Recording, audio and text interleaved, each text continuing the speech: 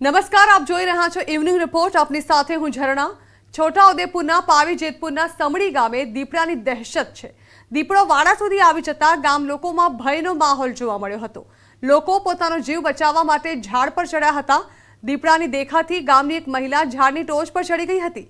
One વિભાગે દીપડા અંગે જાણ કરતા ટીમ સ્થળ પર પહોંચી.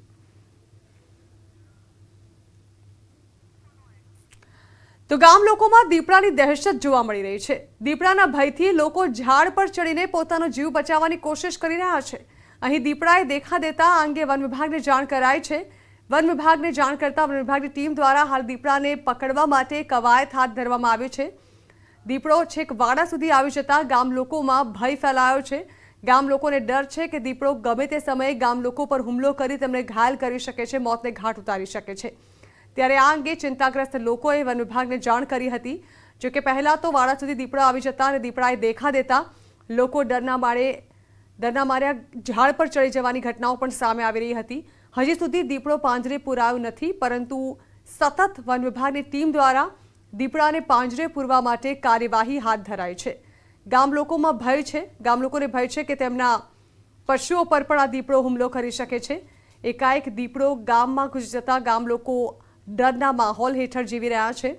ગામ લોકોને એ પણ ડર છે કે દીપડો ગમે તે સમયે બાળકો પર પણ હુમલો કરી શકે છે. ત્યારે ગામ લોકો પોતાનો જીવ બચાવવા માટે હાલ તો ભય હેઠળ જીવી રહ્યા છે. ગામ લોકો દ્વારા પણ મોટી સંખ્યામાં લાકડો લઈને ગામનો પહેરો ભરવામાં આવી રહ્યો છે. જો કે વન વિભાગને જાણ કરાયા બાદ હવે વન વિભાગ દ્વારા જલ્દીથી જ દીપડાને પાંજરે પૂરવામાં આવશે તેવી આશા સેવાઈ રહી છે. પરંતુ હજી સુધી દીપડો પાંજરે ન પૂરાતા ગામ લોકોમાં પણ ભય વ્યાપ્યો છે. મોડી રાત્રે દીપડાની આ દહેશત ફરી એકવાર તેમને ડરાવી શકે છે તેવી શંકા પણ ગામ લોકોને છે. ગામ લોકો હાલ પોતાના ઘરની બહાર નીકળવામાં પણ ડરી રહ્યા છે. આ અંગે વધુ માહિતી સંવાદદાતા સહેજબ ખત્રી આપી રહ્યા છે.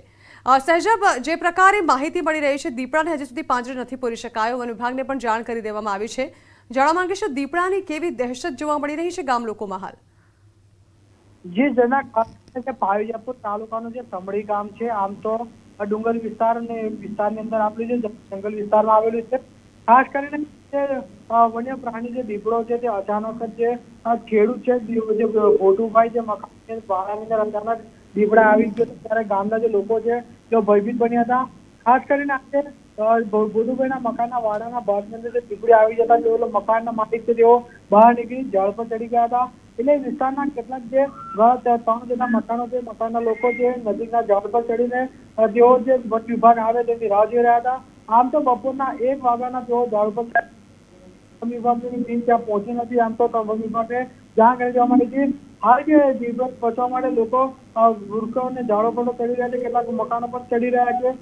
વન વિભાગને જાણ કરી છે. વન વિભાગ ઘટના સ્થળ પર પહોંચવા માટે પહોંચી રહી છે.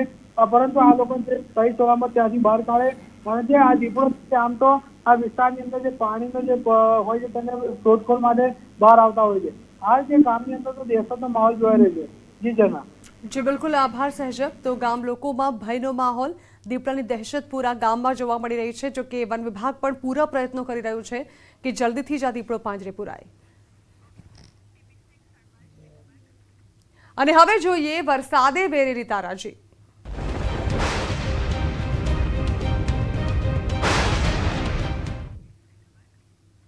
ભરૂચમાં વરસાદથી આવેલું પૂરનું સંકટ ટળી ચૂક્યું છે. નર્મદાની ભયજનક સપાટી 24 ફૂટની છે. નર્મદાના જળસ્તરમાં ઝડપથી ઘટાડો થયો છે. ભરૂચમાં પૂરની શક્યતા હવે નહિવત થઈ ચૂકી છે.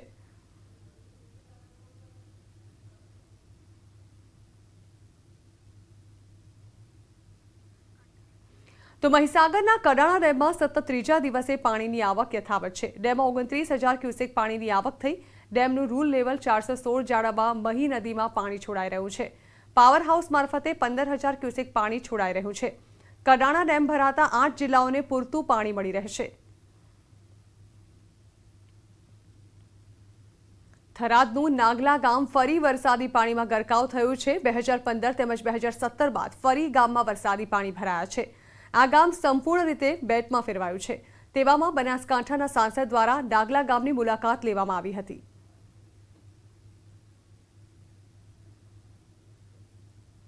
તો બનાસકાંઠા જિલ્લામાં વરસાદ બાદ તારાજીના દ્રશ્યો સામે આવ્યા। ભારે વરસાદ બાદ ડીસા તાલુકાના વરણ ગામે ખેતરો બેટમાં ફેરવાતા ખેડૂતો માથે ચિંતાના વાદળો ઘેરાયા છે। વરસાદ બંધ થયાને 24 કલાક બાદ પણ ખેતરોમાં ઘૂંટણસમા પાણી ભરાયેલા છે, જેના લીધે બાજરી અને મગફળીના પાકોને ભારે નુકસાન થયું છે। ચાલુ વર્ષે બનાસકાંઠામાં સિઝનનો 113% વરસાદ નોંધાયો છે। એક તરફ સારો વરસાદ થતાં ભૂગર્ભ જળ ઊંચા આવવાની આશા બંધાઈ છે, તો બીજી તરફ ખેતરોમાં પાણી ભરાતા જગતનો તાત ચિંતામાં મુકાયો છે।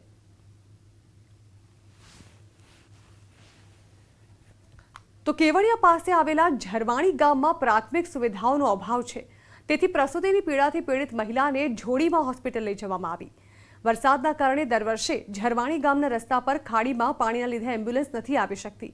2500ની વસ્તી ધરાવતા ગામના લોકો ખાડી પર પુલ બાંધવાની માંગ કરી રહ્યા છે। ગામના લોકો પગપાળા 2 કિલોમીટર સુધી પીડિત મહિલાને જોડીમાં નાખીને હોસ્પિટલ લઈ ગયા હતા।